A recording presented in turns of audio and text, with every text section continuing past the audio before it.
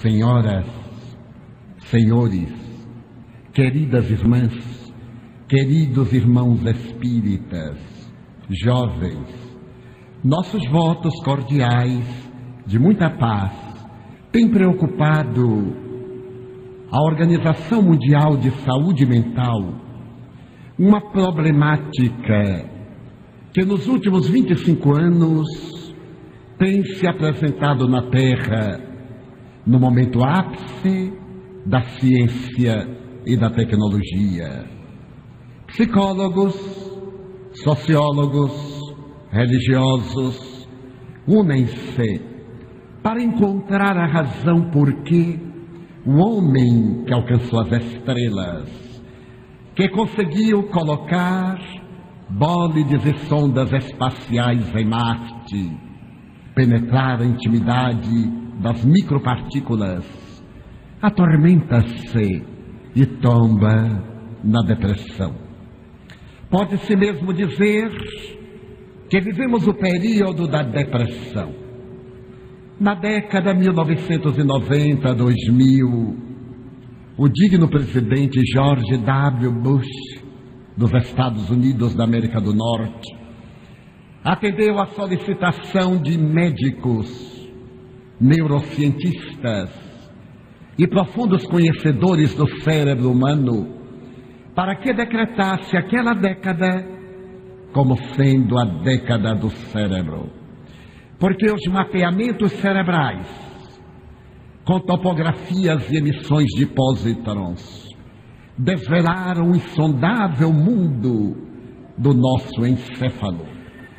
E naquele decênio, a ciência médica evoluiu mais em relação ao cérebro do que durante todos os 6.650 anos de história, de ética e de civilização. Mas o grande enigma da depressão continua perturbando as criaturas humanas e as estatísticas são alarmantes. Um grande periodista americano publicou neste milênio uma obra extraordinária, a qual ele denominou O Demônio do Meio-Dia. O senhor Solomon faz referência à depressão. Ele que é um depressivo crônico.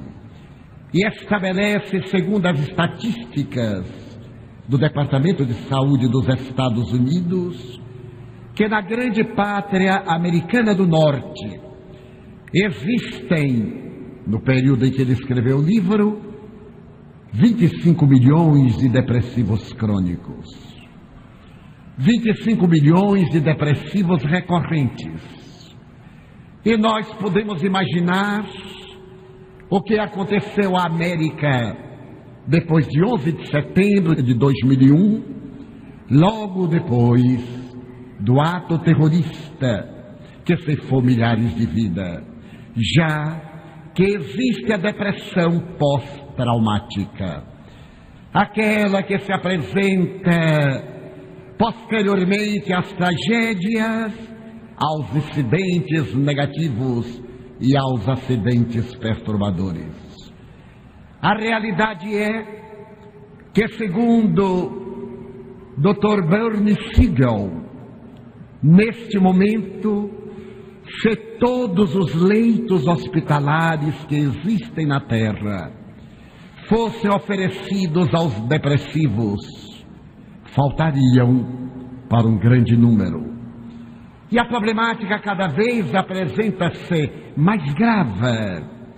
Tenta-se dizer que é o estresse. São os ponteiros do relógio que estabelecem a nossa vida neste tormentoso afã de ter mais poder, posição social, destaque, dinheiro e prazer. Mas se fizermos uma viagem histórica, veremos que a depressão está em todos os períodos da humanidade. Assevera-se que ela é um efeito natural psicossocial dos dias que nós vivemos. Mas se folhearmos, por exemplo, Bhagavad Gita, Uma das obras que constituem o Vedanta, a coleção de livros sagrados da Índia, poderemos ler este diálogo mais ou menos nas seguintes palavras. O mestre Krishna volta-se para seu discípulo Arjuna e diz que ele é um príncipe Pandava e tem como dever primordial lutar contra os terríveis adversários Kurus. O jovem, tomado de surpresa naquelas aulas de penetração do infinito e do cosmo, pergunta ao insigne guru: e quem são os Kurus? Teus parentes, teus pais, teus irmãos, teus tios, teus cunhados, aqueles que fazem parte da tua família, e tu deves combatê-los com todo rigor, para que eles não te vençam os valores éticos relevantes. Tu és nobre, os Kurus são perversos, e deverás travar uma batalha final, definitiva, para que os erradiques do teu caminho. O jovem interroga: agora mais surpreso como poderei? Matar meus pais, meus familiares, aqueles que talvez me hajam proporcionado um clã. Terás que matá-los, ou eles te matarão. E onde eu travarei essa batalha terrível? Na consciência, porque os Pandavas são poucos, são as virtudes, e os Kurus são muitos, são os vícios. E o jovem foi tomado por uma grande melancolia. Melancolia é a palavra-chave que decifra a problemática do transtorno depressivo, conforme era conhecido na antiguidade. Se folhearmos a Bíblia, iremos encontrar os momentos inolvidáveis do rei Saul atormentado por depressão, quando caía no abismo, a depressão unipolar, e quando era levado à exaltação, a depressão bipolar, acalmando-se, quando Davi cantava os salmos. E pela primeira vez na história da humanidade temos musicoterapia, ensejando ao rei hebreu acalmar-se das fúrias que o dominavam. A Bíblia também nos fala daquela dicotomia de Jó, que depois de haver vivido a abundância, a glória, foi experimentado por Deus a solicitação do demônio, para que ele retirasse tudo. E Deus retirou-lhe os escravos, permitindo que uma epidemia arrebatasse-os. Matou-lhe os rebanhos, também tomou-lhe os filhos. E quando ele estava na extrema miséria, ainda mantendo a confiança em Deus, ele fez um tremendo quadro de melancolia, para que Deus depois lhe restituísse tudo. Se sairmos do Oriente para o Ocidente, 400 anos antes de Jesus, Hipócrates, o célebre pai da medicina grega, terá a ocasião de identificar entre os seus pacientes essa disposição mórbida para a melancolia, essa tristeza inexplicável que toma conta da criatura e às vezes atira no calabouço do suicídio. 200 anos depois, outro médico grego, Galeno, terá a oportunidade de fazer uma panorâmica da saúde e da melancolia e dizer que as enfermidades derivam-se de 4 fatores essenciais: a bilis negra, a bilis amarela, o sangue. E ele cria uma outra designação para estabelecer como fatores da saúde a harmonia desses elementos. E passa a posteridade com uma terapêutica. Toda vez que há excesso de bilis negra, herança de Adão, e o indivíduo faz melancolia, devem-se aplicar-lhe sangrias, laxantes e vomitórios, o que sempre resultava numa tragédia, porque a maioria dos pacientes morria por desidratação. Então nós teríamos os 4 elementos essenciais, segundo Galeno: a bilis negra, a bilis amarela, o sangue, a fleuma, que irá viver até aproximadamente o século XVI da cultura depois de Cristo. 150 anos antes de Jesus, outro médico grego terá a ocasião de identificar pela primeira vez na história o transtorno psicótico profundo.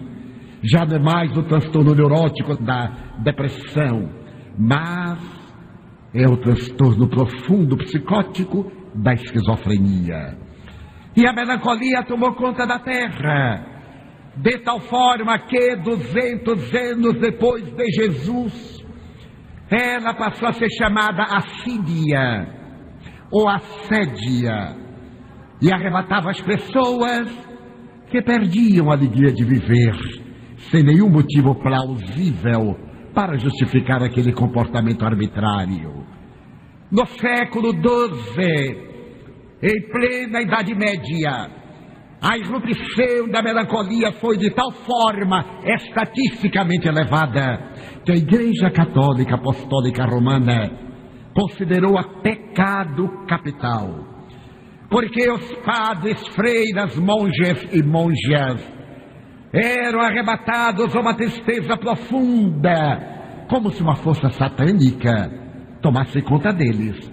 Então a igreja condenava esse estado psicológico, graças à ignorância vigente, e repetia talvez a mesma informação dos gregos, que asseveravam ser a melancolia uma punição dos deuses, ou, como asseverava um dos maiores filósofos da época, ao dizer que Sócrates e Platão periodicamente eram vítimas da melancolia quando eram inspirados pelos deuses, tese de Aristóteles. Observamos aí 2 vertentes à referência espiritual: aquela de caráter perturbador, demoníaco, e aquela de caráter inspirador, divinizada. A evolução da cultura chega aproximadamente ao século XVI, e nós teremos oportunidade de, nessa ocasião, o dublê de místico e médico Paracelso estabelecer como fundamental terapêutica para a melancolia, levar os pacientes a lugares alegres, colocá-los diante de indivíduos bulhentos, com o que não concorda a moderna psicoterapia.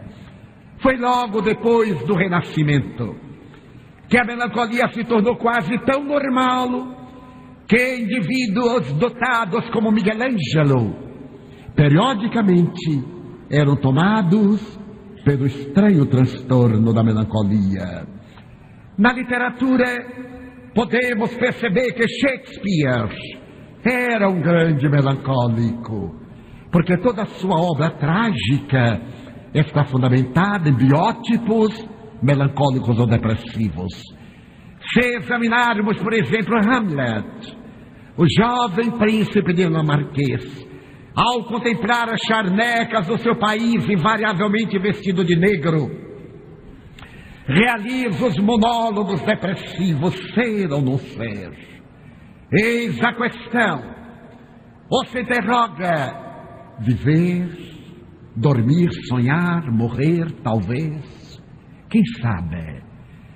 Se mais tarde vamos ver a vida de Lady Macbeth, teremos a ocasião de perceber também o transtorno melancólico da mulher que, em companhia do marido, assassinou o rei. E agora tem um transtorno depressivo profundo na expressão de uma obsessão compulsiva. Aquele transtorno obsessivo compulsivo de Lady Macbeth, que a leva a lavar as mãos a todo instante, porque parecem que estão ensanguentadas, é o segundo fenômeno dessa natureza da história, já que o primeiro narrado na psiquiatria é de Pilatos, o romano covarde, que optou pelo trono, permitindo que o inocente fosse à cruz, e no mecanismo de fuga da realidade lavou as mãos no sangue do justo. E a partir daí, ele criou um transtorno obsessivo-compulsivo. Suas mãos estavam sempre tintas de sangue, que ele as lavava.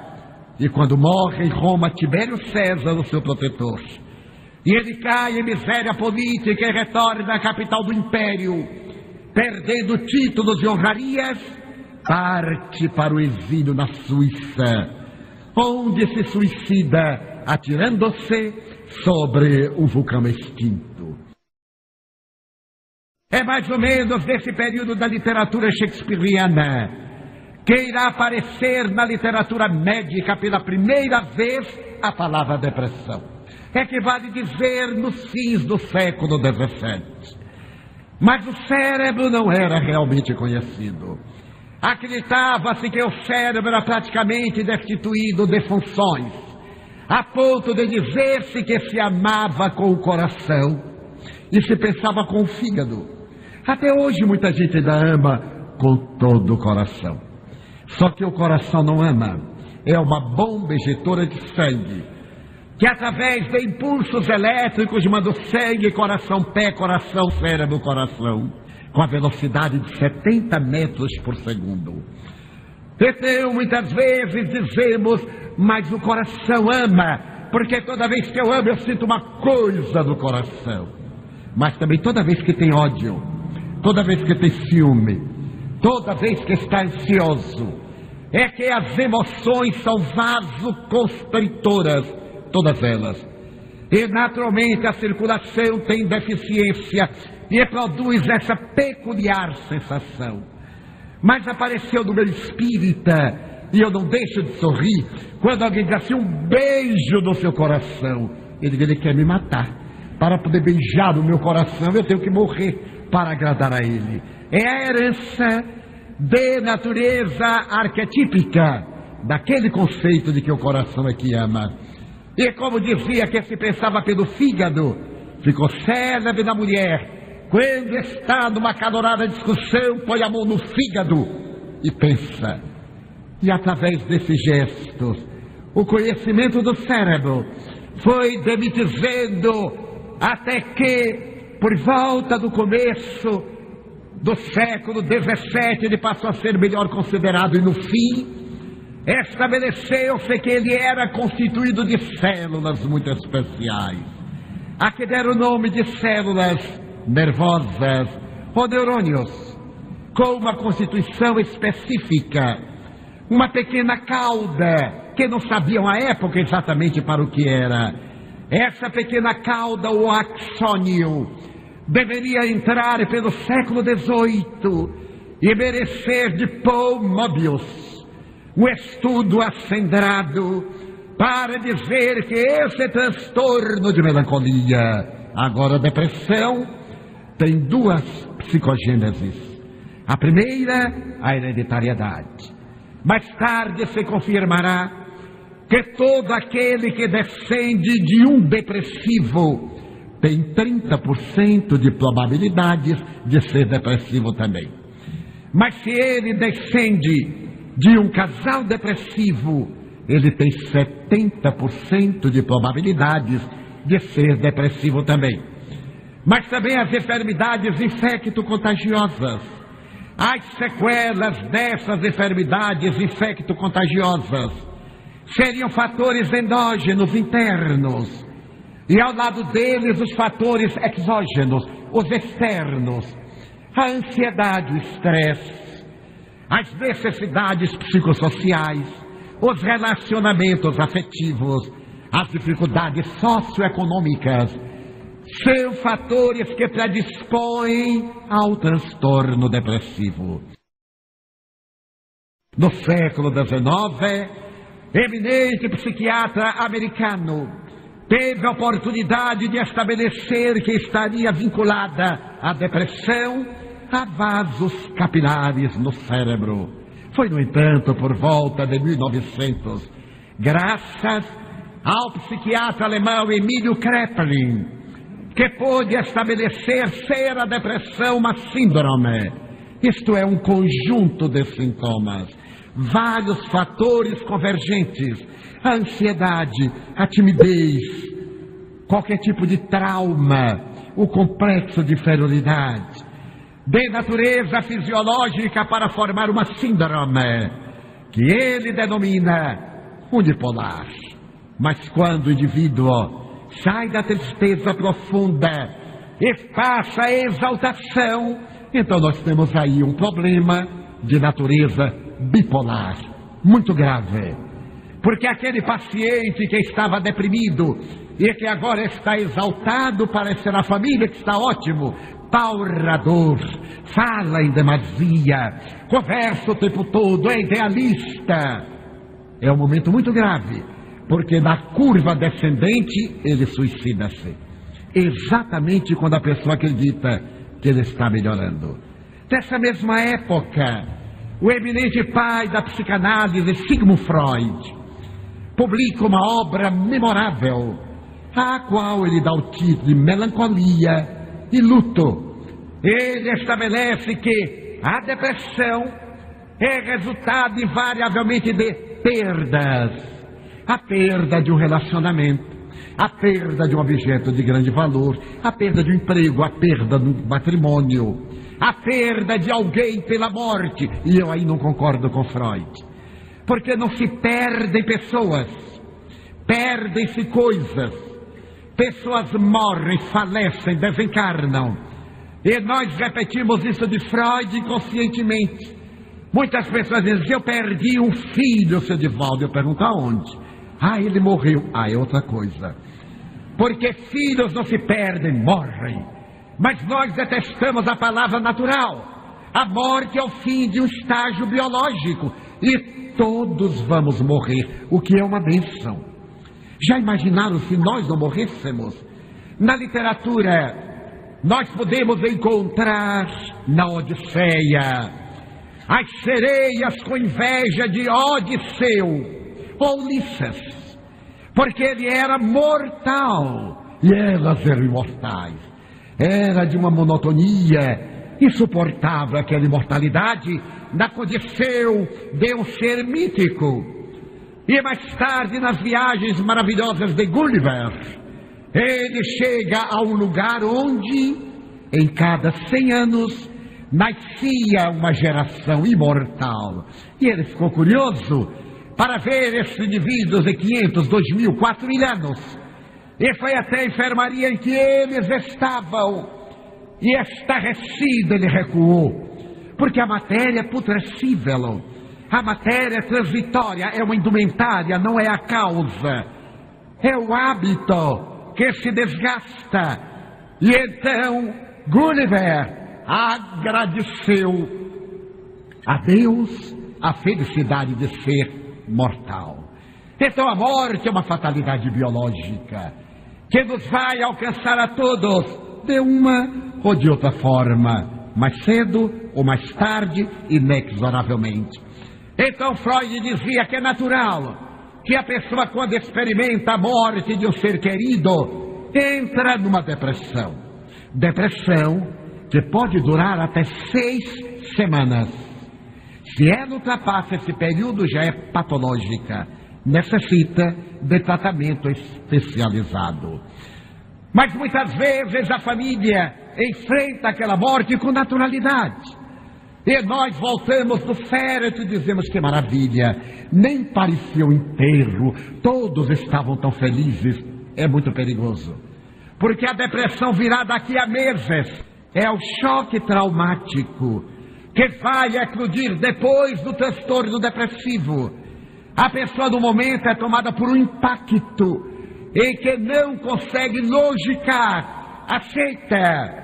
Mas à medida que os dias se sucedem e a realidade volta ao seu cotidiano, então o indivíduo faz um quadro depressivo de natureza funcional, fisiológica.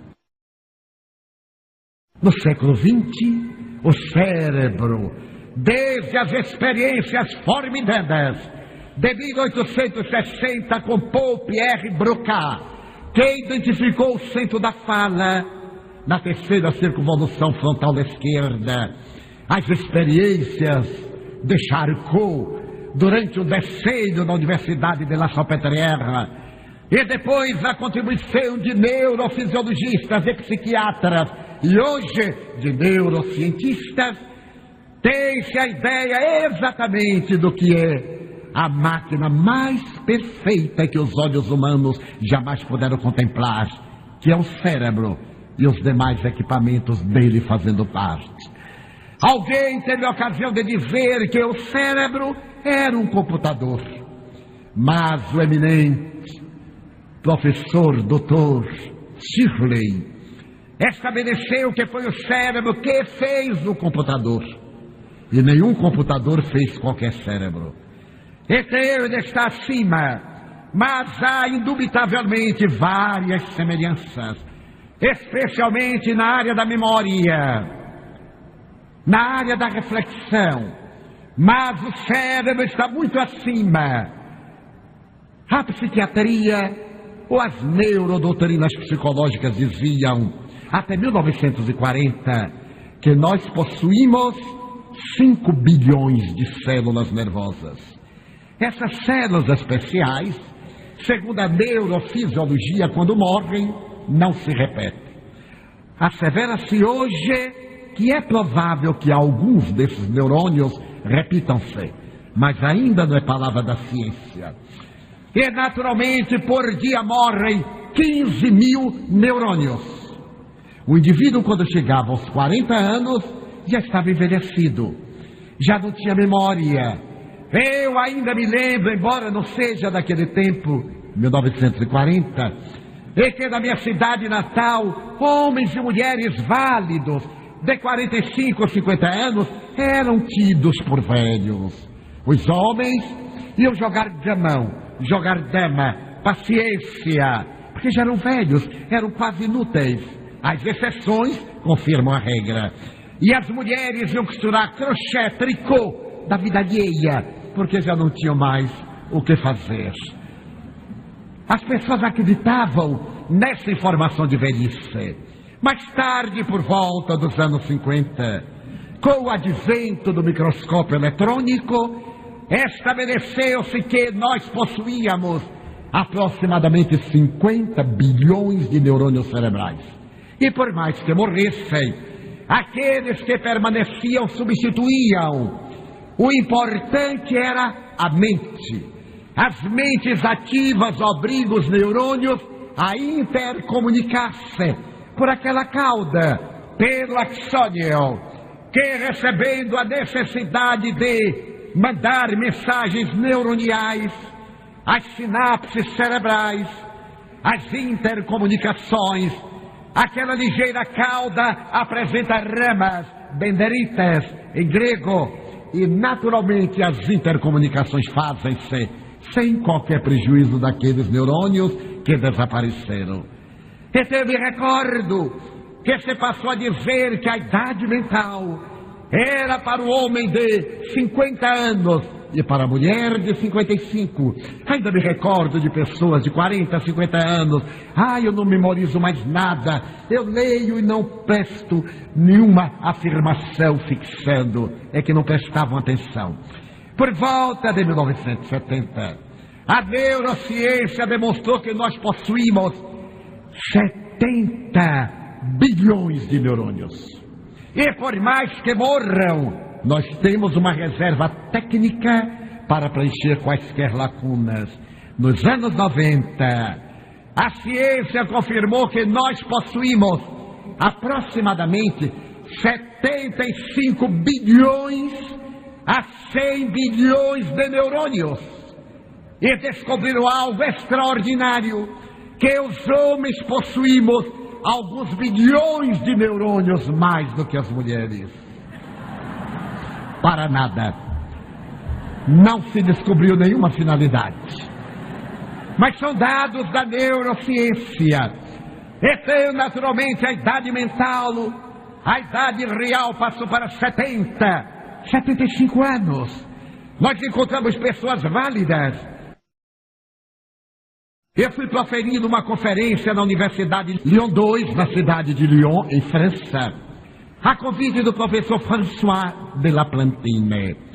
Eram aulas de etnografia, antropologia, e ele convidou-me para proferir uma conferência para alunos de terceira idade. É que vale dizer, pessoas bastante idosas. Quando eu cheguei, isso foi em 1991, e olhei o meu auditório, eu era o mais jovem de todos. Pela primeira vez eu me senti compensado, realmente juvenil. Proferi a conferência com tradução de Madame Beaumartin, uma brasileira que vive em Paris. E ao terminar, tivemos o debate, como é muito comum na Europa e nos Estados Unidos. Mas ao encerrarmos, 3h30 depois, chegou-se até mim uma senhora, aquela francesa mignon, elegante, de olhos brilhantes, e me disse: Monsieur Franco, eu adorei a conferência. Eu disse: muito obrigado. Mas, Monsieur Franco, sabe por que eu gostei da conferência? Porque o senhor, falando sobre a reencarnação, deu-me a visão da eternidade. Eu voltarei, porque eu tenho 82 anos de idade. Eu olhei para ela, e como eu tenho olho clínico, calculei 86, por gentileza. Era normal, era mulher. E a mulher que não diminuir 4, 5 anos da idade não é feminina, está com algum distúrbio de comportamento. Na mansão do caminho, eu tenho uma amiga que trabalha comigo há 40 anos.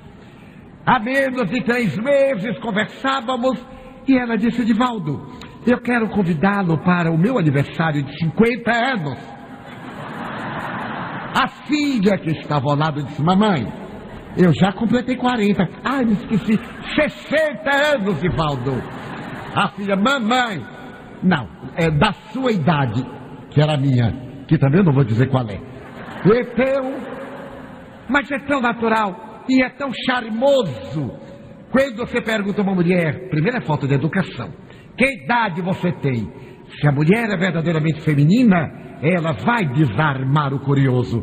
Quantos anos você pensa que eu tenho? Mas a pessoa pode pensar mal. Então deve responder: quantos anos eu pareço ter? Porque ninguém tem a descortesia de aumentar, sempre diminui 10 a 15, por gentileza. Então eu olhei para aquela senhora entusiasmada e ela me disse: a reencarnação é fascinante. Eu perguntei: a senhora está estudando antropologia? Mas é lógico. Quantos anos dura o curso? Senhor Franco, o curso é de 7 anos. Eu já venci 3. Só me faltam 4 anos. Eu olhei para aquele entusiasmo e vi o meu futuro. Deus meu, esta senhora é meu exemplo que eu devo seguir fielmente. E a senhora pretende exercer depois que se diplomar? Como não? Pretendo ter a minha clínica. O senhor acha que eu vou gastar os melhores anos da minha vida e depois não exercer antropologia? E eu disse: mas imaginemos uma coisa absurda, remota, quase impossível. E se a senhora morrer durante? Ela disse: qual é o problema? Na outra reencarnação eu já venho antropóloga. Eu então olhei para aquela dama de neurônios fantásticos, porque segundo a medicina, a velhice não é a debilidade orgânica, é a preguiça mental. A maioria de nós, como tem preocupações, atividades normais, bloqueia determinadas áreas que não lhe interessam e assevera que não tem memória. Ai, mas eu não tenho memória para nada. É uma caduquice, ou é um distúrbio, ou é uma degenerescência, ou é simplesmente comodidade. O indivíduo deve ter a mente polivalente.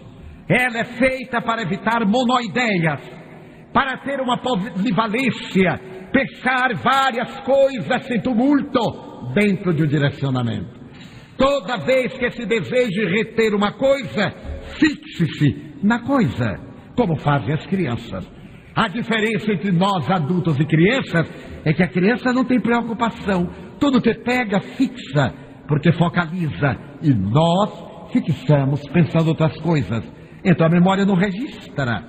Na minha idade, que continua sendo um mistério, eu tenho melhor memória do que quando tinha 30 anos. Porque simplesmente não me permito o luxo de esquecer. Quando me esqueço por qualquer razão, eu anoto mentalmente. E antes de dormir eu tenho que me lembrar, porque está no arquivo. Isso não é arquivo do INPS. Então eu vou buscar, porque é arquivo de computador. E daí a pouco vem o clique. E como dizem os jovens, com muita beleza, cai a ficha. Aí eu vou dormir em paz. Porque nós temos a tendência à negligência. Queremos lembrar de uma palavra. Deixa pra lá. Deixa pra lá. E chega um momento que nós não lembramos nem o nome da própria esposa. Como um amigo me contou com muita propriedade. Um conhecido dele estava tomando um excelente medicamento para a memória. E ele então foi perguntar ao amigo, e qual é o remédio? Estava a esposa do homem em tratamento de memória ao lado. E o paciente assim, o nome do remédio é... Ora, aí voltou-se para a esposa. Ora, e para ele, como é o nome daquela flor, aquela haste com espinhos de rosa? Rosinha. Ele havia esquecido o nome da própria esposa.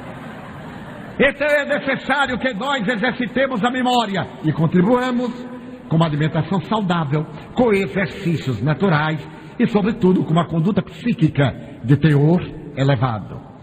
Então a ciência descobriu, logo depois, que esses neurônios secretam aminoácidos, determinadas substâncias que já foram classificadas em 60 tipos. São essas substâncias produzidas em micrograma que fazem parte da nossa vida para o movimento, para a alegria, para a tristeza, para a honorabilidade. Nós somos resultados dos chamados neuropeptídeos. A ciência descobriu que temos peptídeos, temos essas substâncias que são eliminadas pelo nosso organismo para a digestão, para a função hepática, e temos-las no cérebro, razão pela qual passaram a ser chamados neuropeptídeos. Por exemplo, o transtorno de Parkinson, que Sua Santidade o Papa apresenta, é resultado de carência de um neuropeptídeo chamado dopamina. Essas substâncias que fazem parte das endorfinas, das cerebrinas, também são produzidas particularmente nessa área posterior do cérebro, no locus ceruleus e no RAS, que produzem respectivamente serotonina e noradrenalina. Quando há carência de serotonina e de noradrenalina, nós entramos em depressão. Daí é um distúrbio de natureza fisiológica. Pode ter um fator psicológico, mas é desencadeada no organismo como de natureza fisiológica.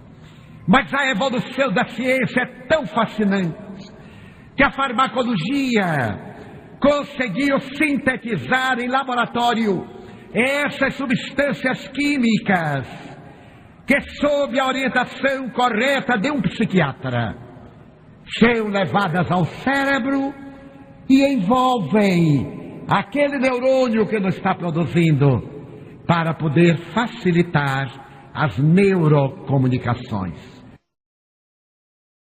Mas quando nós dizemos a um paciente que ele deve ir ao psiquiatra, principalmente nós latino-americanos, especialmente brasileiros, temos horror a psicólogos, a psiquiatras, a psicanalistas, salvadas exceções de pessoas esclarecidas. As pessoas dizem, mas eu não sou maluco. É comum virem até mim pessoas com depressões profundas, com outros transtornos, o distúrbio do pânico e outros. Então eu digo suavemente, vá ao psicólogo. Não digo nunca ao psiquiatra no primeiro encontro. Vá ao psicólogo. Mas, Divaldo, você acha que eu sou maluco? Eu digo, não, mas vai ficar. Então, antes de ficar, faço o tratamento. A pessoa esquece que é o especialista, vê aquilo a miúde, é de tão familiar. Para nós é talvez um absurdo da família, causa espanto, produz espécie. Mas o especialista trata daquilo com naturalidade. Se nós temos o distúrbio gástrico, vamos ao gastroenterologista, ao especialista de cada órgão. Se nós temos uma problemática cerebral comportamental, vamos ao psiquiatra, ao psicólogo ou a ambos. Porque o problema pode ter causas conflitivas. Medo. O medo de impotência masculina é um fator que leva ao uso de drogas químicas como mecanismo de fuga para encontrar coragem. Muitas vezes disse apenas que é falta de orientação no lar. Deve ser falta de assistência no lar. Quando os pais, no período da transição, não percebem a dificuldade do adolescente em adaptar-se aos hormônios dos órgãos anexos. Então ele passa a ter medo. É a menina que tem o fluxo catamênico, que não sabe o que é e apavora-se. Por falta de assistência no lar, falta de educação no lar, que infelizmente é sempre transferido para as escolas. A função da escola não é essa. Essa é a da família. A escola é um complemento que ilumina o cérebro pela instrução, que gera hábitos morigerados chamados de educação, para apresentar o indivíduo na sociedade. Mas tudo começa no lar, no momento da concepção, pelo carinho, pela segurança. Diz a psiquiatra Elizabeth Kübler-Ross, recentemente desencarnada, que no momento que saímos do útero temos o primeiro choque. Saímos de uma urna, onde estamos agasalhados e protegidos, para o mundo exterior, onde temos que respirar, onde temos que chorar para demonstrar as nossas sensações. E a partir daí começa o que ela chama as perdas. A perda da segurança uterina, a perda da inocência infantil, a perda da ingenuidade, a perda dos valores e a conquista de novos valores. Então, vivemos um momento em que a depressão alastra-se tremendamente, mas graças às neurociências, a psicologia, a psiquiatria, a psicanálise, a farmacologia, podemos cuidar do nosso transtorno depressivo de maneira correta e termos uma existência perfeitamente boa, uma vida tranquila, desde que obedeçamos à prescrição médica. Nós brasileiros temos o malveso de começamos a melhorar de qualquer doença, já estou bom, e largo os remédios. Não está bom. Quem sabe quando devemos deixar os remédios é um médico, porque para isso ele estudou. Não somos nós por sintomas que podem ser falsos. Na depressão isso acontece muito. A pessoa melhora, abandona o tratamento e tem uma recidiva. Daqui a 6 meses, às vezes tem um surto dentro de 3 meses. Volta a medicação, abandona e ela se torna crônica, repetitiva e termina normalmente de maneira trágica. Por que o depressivo pensa em suicídio? Porque ele tem uma tendência mórbida. Porque a sensação depressiva é de tal natureza insuportável que a pessoa não quer se matar. Ela quer apagar a memória, o discernimento, para não sentir aquele vazio existencial. É chamado vazio existencial a falta de metas, a ausência absoluta de amor. O depressivo diz-nos coisas terríveis para nos ferir. Não tem a menor dimensão, porque ele perde a afetividade. Em breve nós não diremos mais, eu te amo com todo o coração. Nós vamos dizer assim, eu te amo com toda a minha serotonina e toda a minha noradrenalina. Elas são as substâncias da afetividade. São elas que regem o nosso equilíbrio. Numa síntese muito singela, Eis o que pensa a ciência psiquiátrica e a psicologia do transtorno depressivo. Mas será que aquelas psicogêneses, as de natureza interna e as de natureza externa, respondem por tudo? Não.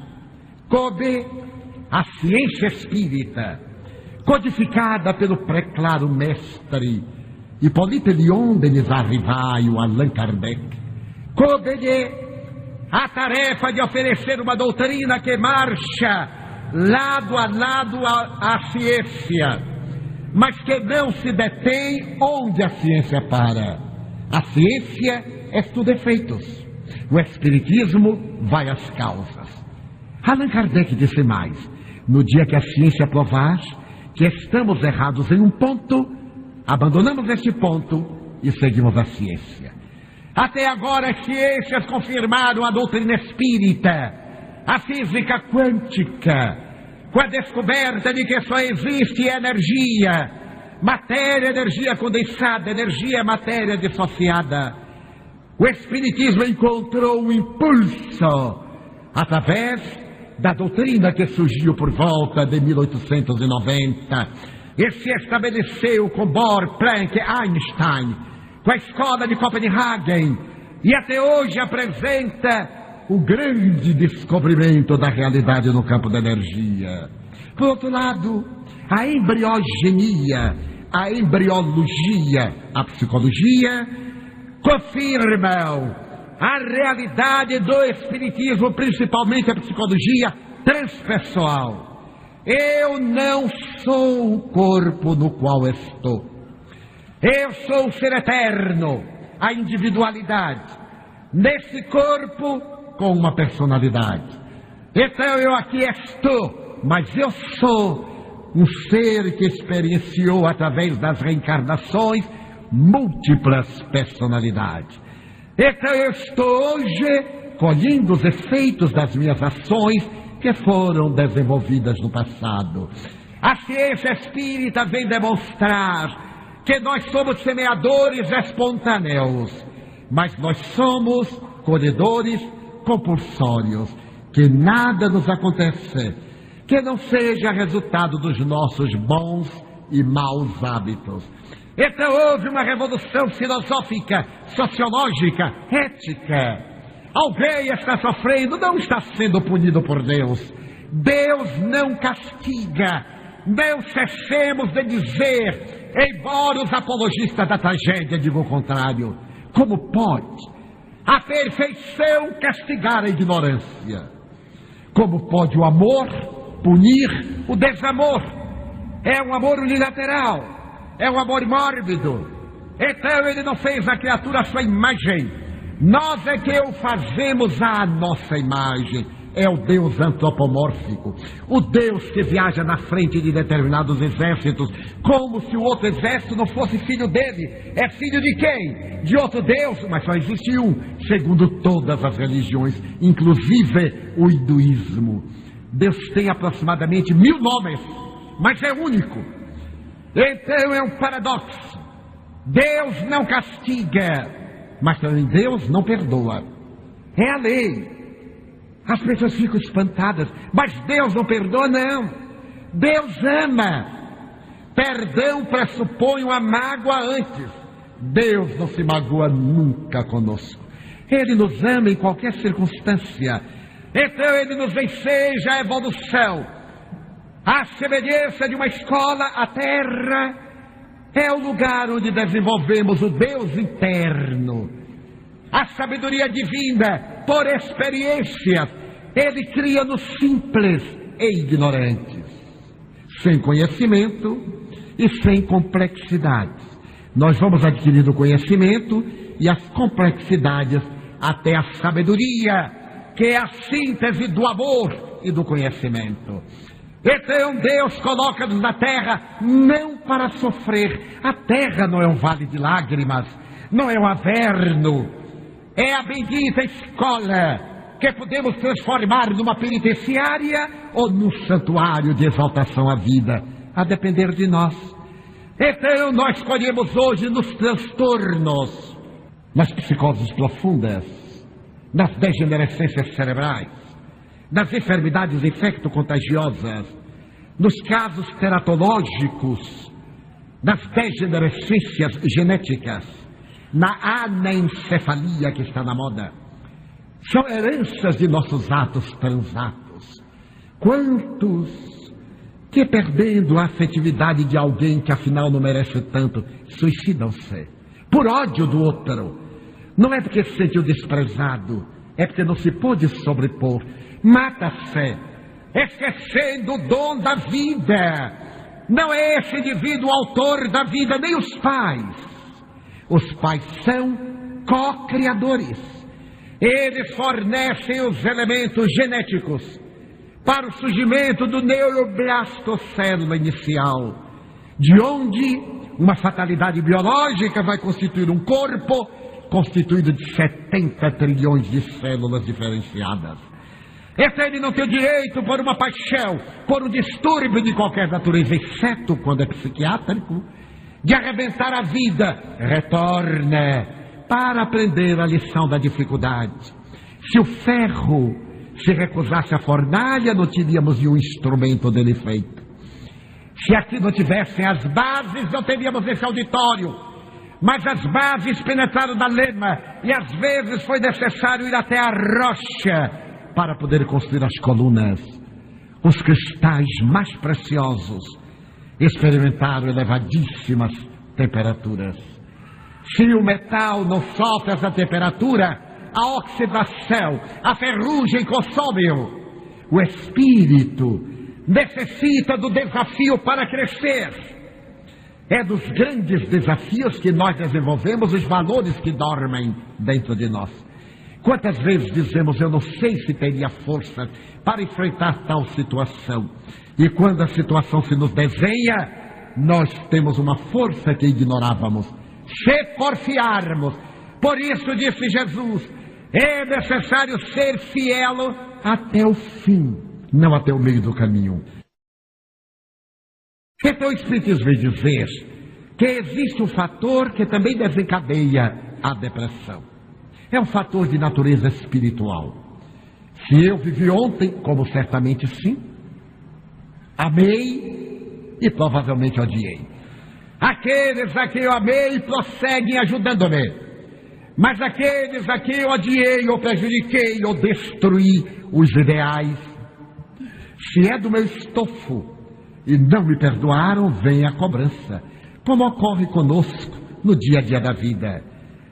E estando nós encarnados no corpo, e eles fora da matéria, há uma atração eletromagnética do nosso perispírito. Nós temos um corpo modelador da forma. Nós temos um corpo de energia semimaterial, que é o envoltório da alma, à semelhança do perisperma de um fruto, entre a semente e a casca, aquele envoltório que defende a semente e que é protegida pela massa. Então esse envoltório que chamamos perispírito, outros corpo astral, outros dão nomes de variadas doutrinas, mas é o mesmo, tem uma irradiação magnética, eletromagnética. Daí nós vemos nos santos o que chamam resplendor, a aura. Todos nós temos uma aura, que é a exteriorização psíquico-moral daquilo que somos. Um médium clarividente real e não fantasioso como muitos, consegue identificar o caráter moral dos conflitos, das doenças, pela visualização da aura, através das cores frias ou das cores quentes que são emitidas pela irradiação do espírito. Pode-se deduzir o que se passa no cerne do ser, que assim se apresenta. Então esse corpo perispiritual, quando morre, a matéria fica com o espírito. E é exatamente esse corpo que vai atraído. Por certo, os senhores conhecem essa proposta indiana. Quando o discípulo está preparado, o guru aparece. Quando nós temos uma dívida, parafraseamos, o cobrador surge. Onde quer que esteja o devedor, o cobrador aparece. Então há uma atração eletromagnética.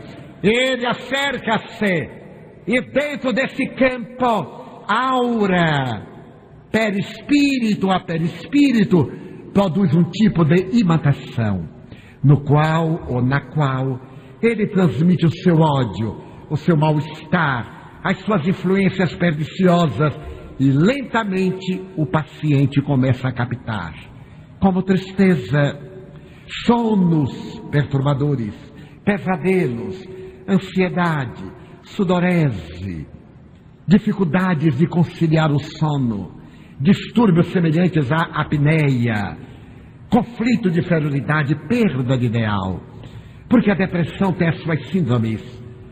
Toda vez quando o nosso sono fica muito interrompido sem motivo justo, e temos dificuldade de recuperá-lo, quando somos varridos periodicamente por transtornos melancólicos sem motivo real, quando temos muita ansiedade. Ter ansiedade é normal. Se eu espero alguém, eu fico ansioso.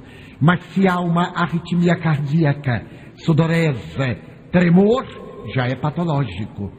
Então essas características denunciam a instalação de um transtorno depressivo. Recorra-se de imediato ao especialista. Eu sei que é muito caro, mas a saúde é muito mais importante. Recorra-se à ajuda de um terapeuta. E se ele recomendar o psiquiatra, vá exultante, graças a Deus, porque há 30 anos, há 50, a pessoa mergulhava no abismo da loucura com diagnóstico de esquizofrenia. Como se apresentou o transtorno do pânico, psiquiatricamente pode-se manter o equilíbrio do indivíduo se esses episódios terríveis que dão a sensação de morte. Então, esse ser que se nos acerca transmite-nos os seus fluidos, as suas vibrações, a energia deletéria, o seu ódio que nós assimilamos, e depois causa-nos um distúrbio de raciocínio, de lucidez, de paz interior, e nós passamos a monólogos, nos afastamos, nos alienamos das pessoas, ficamos deitados, preferimos ambientes escuros. Se alguém tem depressivo dentro de casa, arranque a janela, porque depressivo adora um quarto escuro, adora uma cama. Coloque todas as camas de pé, e se tiver o jardim dele uma enxada para ele transpirar, para obrigar os neurônios a agirem, nada de ficar ao lado, está melhor, o que é que tem, o que é que não tem. Tratem-no como uma pessoa normal que é, com um transtorno que está sendo medicado, porque o depressivo tem muitos conflitos e pode matar de angústia quem o acompanha e quem vai tomar conta depois. É necessário que nós sobrevivamos para ajudá-lo. Mas no caso dos transtornos obsessivos, que dão a síndrome da depressão, somam-se as dívidas, a ligação espiritual com os próprios conflitos do indivíduo. Ele só está com o obsessor porque ele foi mau, ele foi perverso. Nós temos mecanismos de fuga tão curiosos. Pensa-me, mas Edivaldo, eu estou sofrendo, será que eu fui tão mal assim? Eu digo, você vai ver que foi até pior. E eu sorrio, porque a pessoa sempre se acha um anjo. Não sei se já notaram, quando alguém morre pode ser Satanás. Aí fala assim, coitado, mas não era assim tão ruim, não. Até que era... Você já morreu, né? Já se viu livre. O pior é que não se viu livre. É que ele volta e faz a cobrança. Então a doutrina espírita trouxe do Evangelho de Jesus a epígrafe, obsessão. Que no Evangelho está como possessão demoníaca. Demônio, daimon, em grego, não é necessariamente Satanás, diabo. É anjo tutelar, anjo protetor. Sócrates tinha daimon ou daimoniones. Então no Evangelho estão possessões. Allan Kardec, com a sua visão científica, constatou que o espírito não entra na pessoa como líquido no vasilhame. Porque se entrasse, seriam dois espíritos num corpo só, o que é impossível. Graças às ligações do perispírito com a matéria, sustentando o espírito no corpo. Allan Kardec percebeu que é uma subjugação, uma dominação. Daí ele criou o termo obsessão, utilizou-se do termo obsessão, que é o constrangimento que alguém impõe sobre outros, ou a autofixação em uma ideia por fascinação, ou a perda do discernimento por subjugação. O que fazer no caso de obsessão? Orar. Mas o paciente não gosta, então deixa ficar mais doentinho que um dia ele vai orar. Pessoas me perguntam, se eu orar por ele, ajuda? Ajuda. Mas ele tem que fazer a sua parte, a parte dele, porque ele é o devedor. Quando a pessoa insiste, mas seu Divaldo, ele não quer saber. Eu digo, quando ele tem gripe, é a senhora que toma as drágeas? Não, é ele. Eu digo, porque a gripe é dele, né? É, sim, senhor. A obsessão também é dele. Ele tem que fazer a parte. Mas ele não quer nem ouvir falar. Arranja alguém que fale suavemente. A família normalmente não sabe falar. Começa a discutir, a brigar, a impor, e termina sempre em desacato, que piora a situação. Então, Allan Kardec recomenda a oração, a meditação, a prática da caridade. Por quê? Porque o bem que se faz anula o mal que se fez. Esta é a lei. Eu prejudico alguém, então eu devo Y mais Z. Mas eu ajo corretamente com outrem, eu conquisto A mais B mais C. A soma das boas ações naturalmente sobrepõe-se essas boas ações àquelas negativas. Está no Evangelho. Por muito amardes, os vossos pecados foram perdoados. Não é perdoados, foram cancelados. O amor apaga a multidão de pecados. Esta é a ética que ressuma de Jesus e que a doutrina espírita assimilou para levar a sua posição mais alta, porque a caridade é o amor da sua expressão mais dignificadora. Então Allan Kardec recomenda a paciência, porque os espíritos perversos são precipitados.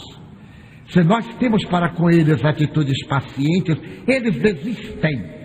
E se nós nos colocarmos numa postura moral melhor, nós nos libertamos deles, por causa da lei de afinidades.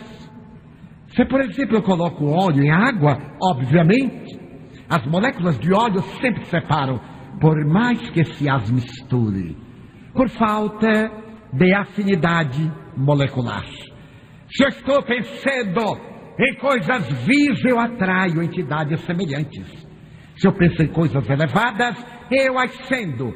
Se eu ligo a televisão no canal X, eu terei determinada estação. Para poder entrar na outra, eu ligarei no outro canal, o mesmo com o rádio, e assim por diante.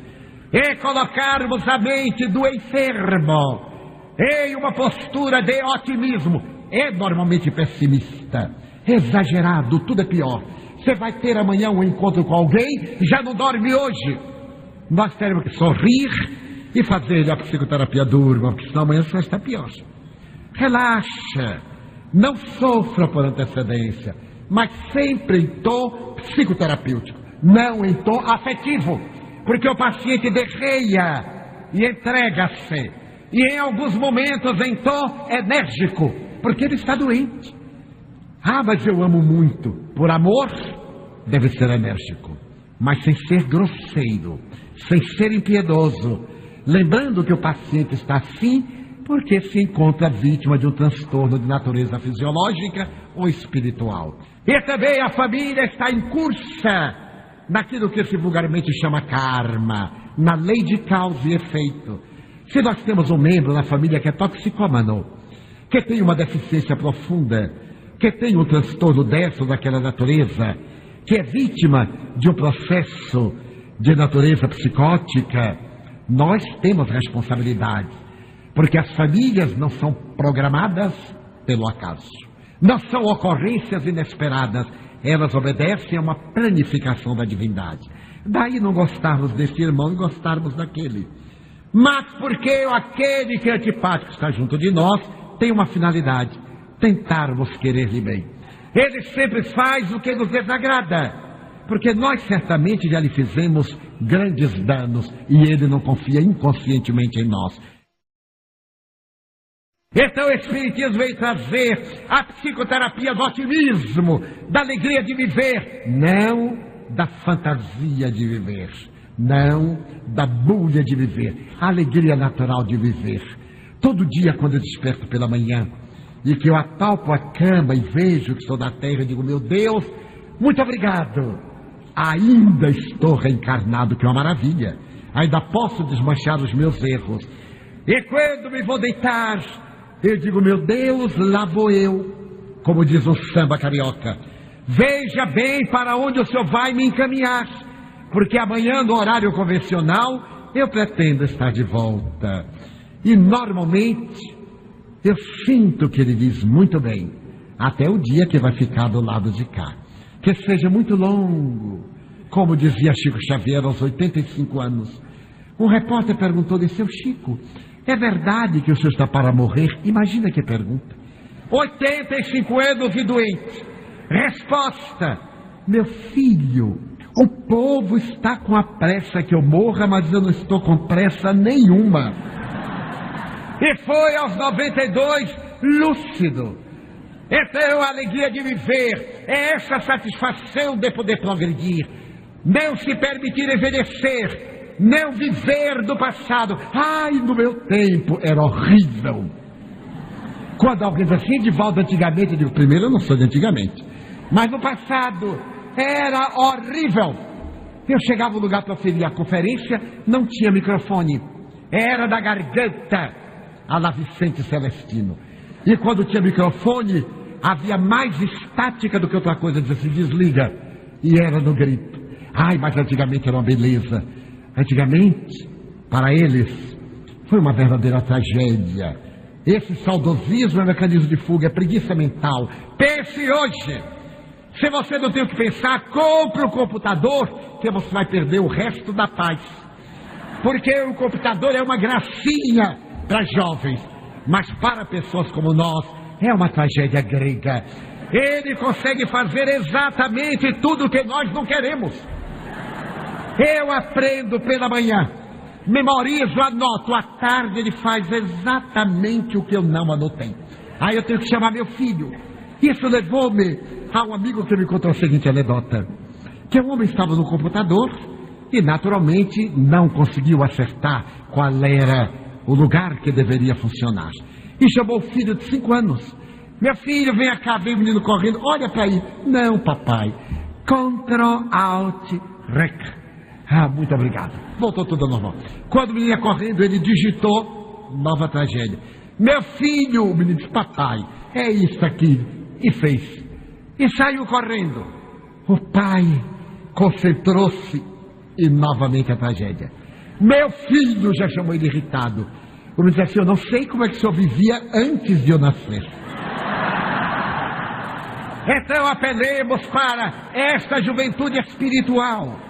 Mantenhamos a nossa alegria e criemos dentro de nós valores positivos, ético-morais, caridosos, de dignidade, para podermos superar as injunções perturbadoras das obsessões e resgatarmos nossos débitos com aqueles a quem prejudicamos. Essa doutrina fantástica, que é o Espiritismo, conseguiu a maior façanha da história da humanidade. Matou a morte. A morte é apenas um passaporte para a vida. É a fronteira de uma vibração para outra. Então, diante dos transtornos psicológicos, dos transtornos obsessivos, sejam quais forem, procuremos assistência especializada e, concomitantemente, a terapêutica espírita, mesmo que o transtorno seja de natureza fisiológica. O passe, a bioenergia, a água fluidificada, as palestras de orientação que são psicoterapêuticas. E depois de estudar profundamente a doutrina, as reuniões especializadas que se denominam de desobsessão. O Espiritismo possui um elenco de terapias fascinantes para os problemas que perturbam a criatura humana. Dentre outros, a tradicional oração, que não serão palavras, mas sentimentos, como diz Allan Kardec. O que vale é a intenção. Então, nestes dias tumultuosos, de depressão e de violência, de sexolatria e de toxicomania, não nos permitamos abater, nem perder o rumo do nosso caminho. Tomemos a bússola da certeza do amor de Deus e com o coração inchado ao excelso amor, digamos: meu Deus, a maioria daqueles que te procuram é sempre para reclamar, para pedir, para protestar. Mas eu não. Eu quero dizer-te que eu amo a vida, que para mim é bela e é consentida. Por isso digo obrigado, Senhor, por tudo que me deste e por tudo que me dás, pelo ar, pelo pão, pela paz. Muito obrigado pela beleza que os meus olhos veem no altar da natureza, olhos que fitam o céu, a terra e o mar, que acompanham a ave ligeira que voa fagueira pelo céu de anil e se detém na terra verde salpicada de flores em tonalidades mil. Muito obrigado, Senhor, porque eu posso ver meu amor, mas diante da minha visão eu detecto os cegos, que tropeçam na multidão, que andam na escuridão, que choram na solidão. Por eles eu oro e a ti eu imploro comiseração, porque eu sei que depois desta lida na outra vida eles também enxergarão. Muito obrigado pelos ouvidos meus, que me foram dados por ti, meu Deus, ouvidos que ouvem a música do povo que desce do morro na praça cantar, a melodia dos imortais, que a gente ouve uma vez e não esquece nunca mais, a voz melodiosa, canora melancólica do boiadeiro e a dor que geme e que chora no coração do mundo inteiro. Pela minha faculdade de ouvir, pelos surdos eu te quero pedir, porque eu sei que depois desta prova da vida nova, eles voltarão a ouvir. Muito obrigado pela minha voz e pela sua voz, pela voz que canta, pela voz que ama, que alfabetiza, que ilumina, que instrui, que educa, que legisla, pela voz que trauteia uma canção e que o teu nome profere com sentida emoção. Diante da minha melodia, eu quero rogar pelos que sofrem de afasia. Eles não cantam de noite, eles não falam de dia. Oro por eles, porque eu sei que depois de sofrer, no teu maravilhoso mundo voltarão a viver. Obrigado pelas minhas mãos, mas também pelas mãos que aram, que semeiam, que agasalham, mãos de ternura, que libertam da amargura, mãos que apertam mãos dos adeuses, de sinfonias, de poesias, de cirurgias, de psicografias, pelas mãos que atendem a velhice, a dor, o desamor, pelas mãos que no seio embalam o corpo de um filho alheio sem receio, e pelos pés que me levam a andar sem reclamar. Muito obrigado, Senhor, porque eu posso caminhar diante do meu corpo perfeito. Eu te quero louvar, porque eu vejo na terra aleijados, amputados, marcados, paralisados, que não se podem movimentar. Eu oro por eles, porque eu sei que depois desta expiação, na outra reencarnação, eles também caminharão. Muito obrigado, por fim, pelo meu lar. É tão maravilhoso ter um lar. Não é importante se este lar é uma mansão ou um apartamento duplex, se está numa favela, se é um ninho, uma casa no caminho, um bangalô, seja o que for, mas que dentro dele exista a figura do amor de mãe ou de pai, de mulher ou de marido, de amigo ou de irmão, alguém que nos dê a mão, porque é muito doloroso viver na solidão.